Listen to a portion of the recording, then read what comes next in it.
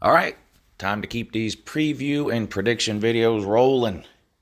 Up today, the Miami Hurricanes. Yes, I know I'm YouTube's biggest closet Miami Hurricanes fan, according to my buddy Coach Coop. But yeah, we're going to talk some Miami Hurricanes today. Good morning, it's Uncle Lou here. Yeah, that's right, it's me, Uncle Lou, live for you on YouTube today. Yeah, thanks for watching. I really appreciate it. Also, and in addition to that as well, subscribe if you're not already. I'm doing a whole series of these preview and prediction videos. Did Alabama the other day, Miami today. I'm going to do these all through the rest of June, July, and even into August. I'm going to try to cover about 50 or 60 teams. As far as which teams I'm doing, there's a list over on my Patreon page. I made a post over there a couple of weeks ago asking everybody to comment which team they wanted me to do a prediction for. So every day when I sit down to do a prediction video, I head to that post and I pick a team off the list. And like I said, up today is the Miami Hurricanes. Now, I have been higher on the Miami Hurricanes this offseason than most other people. Well, not Miami fans, but I mean just in general. I feel like I have been higher on Miami than most people that I've talked to. I think Miami's got a chance to have a really good year. I like their quarterback situation. I like Mario Cristobal as a head coach. I like Mario Cristobal even more a year or 2 years down the road after he gets a couple of full recruiting classes in, and I'll talk maybe more about that in a second. But I think Miami is positioned pretty well this year to potentially be able to compete for is it the Coastal they're in the ACC? I think legitimate expectations, in my opinion, I think Miami fans should expect to win the division this year. I think it's a very, very real possibility. All right, so let's talk a little bit about the offense and defense. Well, before we do that, let's start with Mario Cristobal. I am a Mario Cristobal fan. In fact, for a couple of years, I have been saying I thought he would be a potential replacement for Nick Saban at Alabama whenever Nick Saban decides to hang it up. I think that's less likely now that he's at Miami, which, of course, is his alma mater. I think he won 2 national titles while at Miami, if I remember right. And he is an absolute beast. I mean, an A+++ recruiter. And he's filled his staff with recruiters. He's got several former head coaches on the staff, including Charlie Strong. I really like the staff he's put together.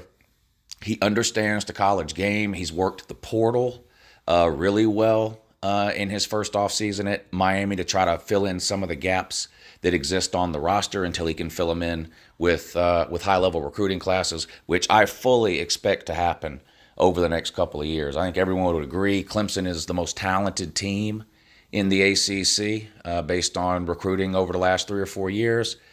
Miami is going to be right up there very, very soon with Clemson, if not ahead of them. Mario Cristobal is that good of a recruiter. He's got a couple of conference championships, did pretty well coaching in the Pac-12 out at Oregon. Lost the 2 games last year to Utah, which was a little disappointing. Got blown out both times, but went on the road and beat Ohio State last year. So some good seasons for Mario Cristobal. Miami fans are ecstatic, and for good reason. I think Mario Cristobal is finally the right hire at Miami. He's the 3rd coach they've had now since 2016, and I have a feeling that things are about to improve drastically in Miami. But let's talk about the offense. All right, as far as the offense goes, of course, it all starts with quarterback Tyler Van Dyke, returning starter from last year. Well, he wasn't the starter at the beginning of the season last year. Derek King was still there, but Derek King got hurt. They then sort of had basically a live game open audition between Tyler Van Dyke and Jake Garcia. But Jake Garcia then got injured, so Tyler Van Dyke was sort of forced to start just out of necessity. He was just kind of okay in his first couple of starts, but really from his 3rd game on, he was one of the best quarterbacks in America for the rest of the season after that point. There's really no arguing that. You look especially what was his last 6 games or something, he threw for like over 300 yards and 3 touchdowns in all 6 games, if I remember that right. Really, really good. I think he's a sleeper for the Heisman this year. Now, Miami's going to have to get 10-plus wins, I think, for him to get any real type of Heisman hype. But if you're just going off the numbers, when you look at what he did the last 6 games of last year, there's no denying 426 yards he had in the game against Pitt, out-dueling a Heisman finalist in Kenny Pickett, and they beat Pitt. Tyler Van Dyke was a very, very good surprise, I think, last year at the quarterback position for Miami. He's back. If he can play an entire season the way he played the last 5 or 6 games of last season, he's going to put up ridiculous. He's going to put up ridiculous numbers. Now, they lost a couple of good wide receivers, and in my opinion, if there's a weakness or a concern offensively for Miami, it's at the wide receiver position. They lost Charleston Rambo and who was the other one? Mike Harley. Charleston Rambo had more catches and more yards last year than any Miami receiver has ever had in a season. And Mike Harley, I think, finished as the school's all-time leader in catches. So 2 really good receivers gone, 2 sort of security blankets that Van Dyke had last year that he's not going to have this year. They've got to find a couple of wide receivers to step up and fill that void. Now, they've got some young, talented wide receivers.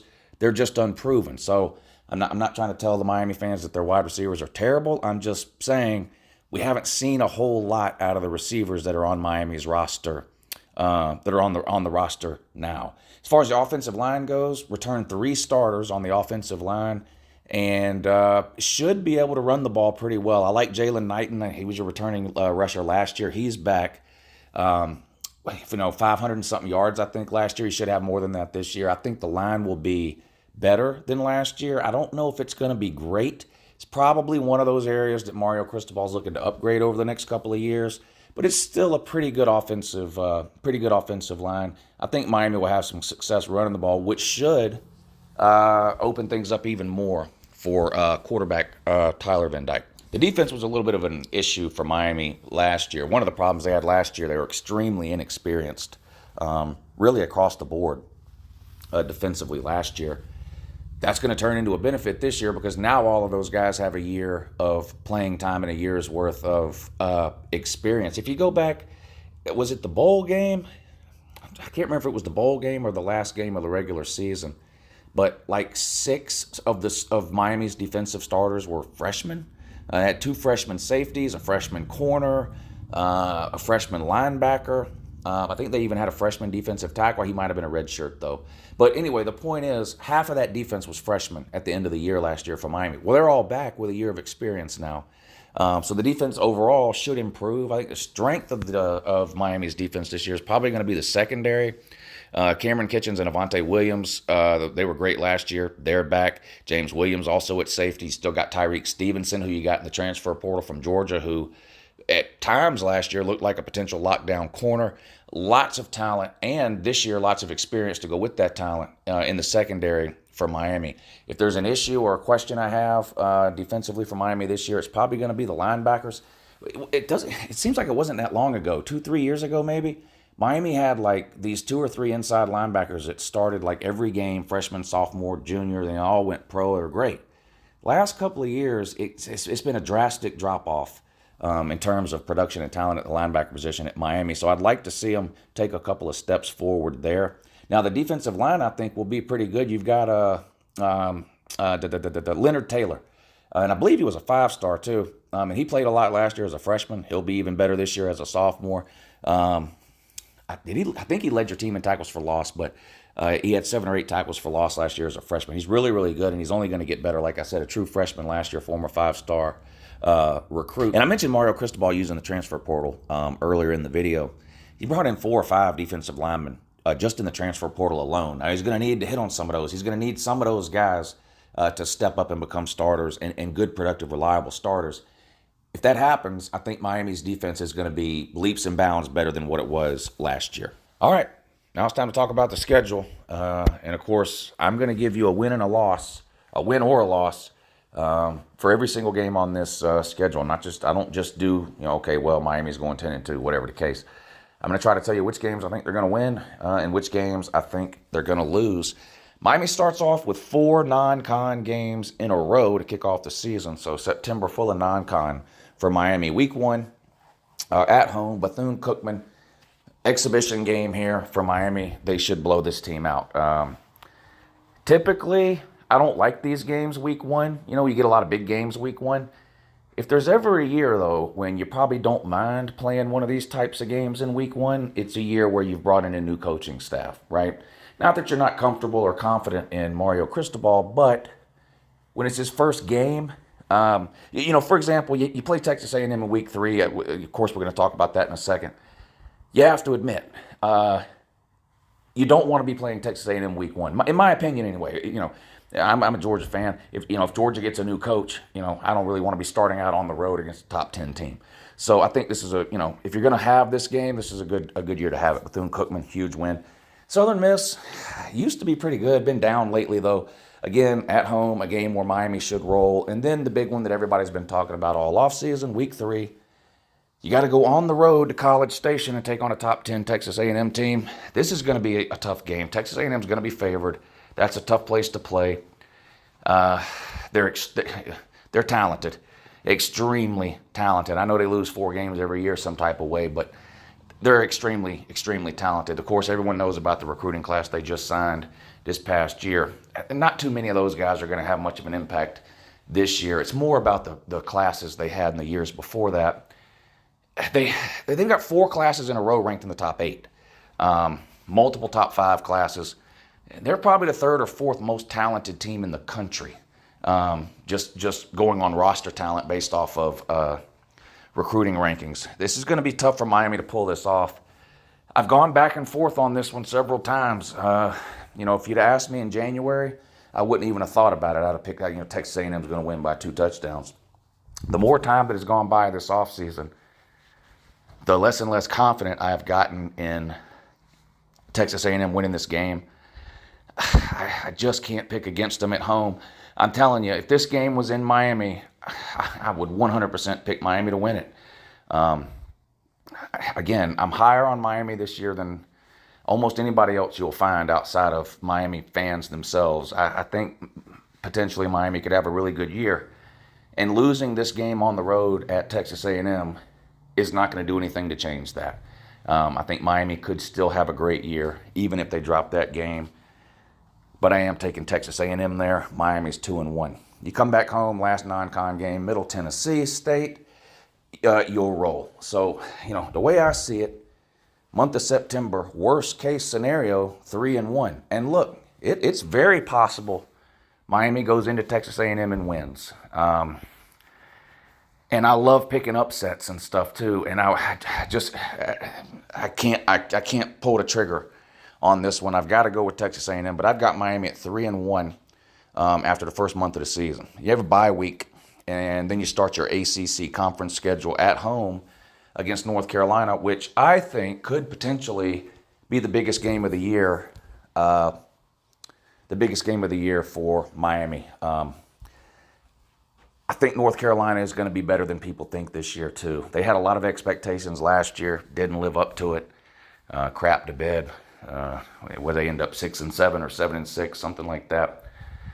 I think they're sneaking up on people this offseason. I think people have kind of forgot about them. I think they're going to be pretty good. I think either Miami or North Carolina probably wins that division. So Miami's got to win this game. And I think they do. I think you beat North Carolina, but I think that'll be a good game. On the road at Virginia Tech, it seems like these are the types of games that Miami keeps losing. Doesn't it seem that way? You're better than Virginia Tech. They've got a new coach, too. They've been terrible for a while. There's really no logical reason or explanation as to why Miami would lose that game. But if you go back and look over the last 10 to 12 years, really, Miami seems to find a way to lose these types of games 2 or 3 times a year. Not this one, though. I think you win again, still sitting on just 1 loss. Duke, you got to blow them out. Again, terrible last year, fired their coach. They got a new coach in there too. There's no reason why Miami shouldn't win that game by 3 or 4 touchdowns. At Virginia, everything I just said about Virginia Tech pretty much applies to Virginia. Other than these games being on the road, I don't see any red flags here for Miami in these 2 road games at Virginia Tech and Virginia, other than the fact that they're on the road.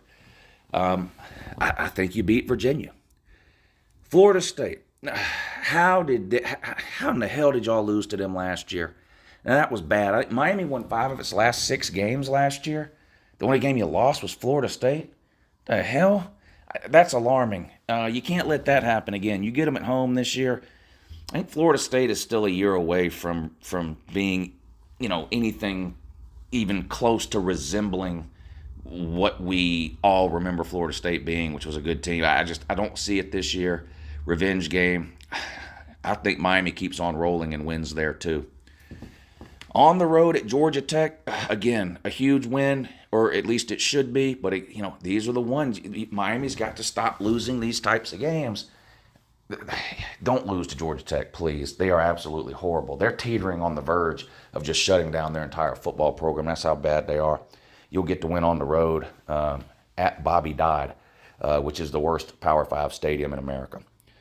Now, these last two games here, you could go 0-2. You could go 0-2. I know you beat Pitt last year, and now they don't have Kenny Pickett, but you have Slovis. Losing Jordan Addison really hurts. Of course, at Clemson, people keep talking about last year when they talk about Clemson. They talk about Clemson like they were a 6-win team. Clemson was 10-3. It's only a step back because they normally win 11 or 12. It's not like they fell off a cliff. I know their offense was bad, and I'm not completely sold on Clemson's ability to turn that offense around this year either. The ukulele is still there. They got a freshman quarterback that they like to. I do like Clemson's running backs. Their offensive line is an issue, but their defense, they have an NFL defense. I don't know if anybody in America is going to have a defense this season quite as good as Georgia's was last season. But if there's going to be a team, it might be Clemson. Clemson's defense is for real. Alabama's too. But Clemson's defense is just ridiculous, especially their front seven. I think you lose to Clemson. Could be close, though. I mean, I don't think this shouldn't be one of those things where Miami shows up, Because, look, if you're 8-1, 9-1, which is what I have you at, 9-1 heading into that game at Clemson, you're going to be ranked in the top 10 probably. I don't think this is going to be one of those situations where Miami goes in there and loses by 40. I don't see that happening. I think Miami can be competitive with Clemson. I really do. Especially if they find a wide receiver, a playmaker. You got to find a playmaking wide receiver. Now, I know you have some on your roster, like I said earlier. It's just no one knows who they are because they have never done anything yet. You lost your best two receivers from last year, but, man, I do think you lose on the road at Clemson. But you know what? I think you beat Pitt at home. I think you beat Pitt at home and with basically a trip to the ACC title game on the line. It'll be a meaningful game, I think, for Miami. And there you go. You're 10-2. In Mario Cristobal's first year, most likely taking on Clemson in a rematch in the ACC title game. I know this is a little optimistic, and I'm going to be honest. If you just ask me, what do I think Miami's record is going to be, I would probably pick 9-3. But that's not what I do in these videos. If I say 9-3, I've got to find 3 losses. I don't see 3 losses here. At Texas A&M, I have you losing. At Clemson, I have you losing. I get, maybe North Carolina, possible. You could lose that one. Maybe Pitt. But, worst case scenario, 8-4. I don't see how there's any way possible they could lose more than 4. But I got you at 10-2. 10-2. Now, the Miami fans can leave me alone about how much I hate Miami now.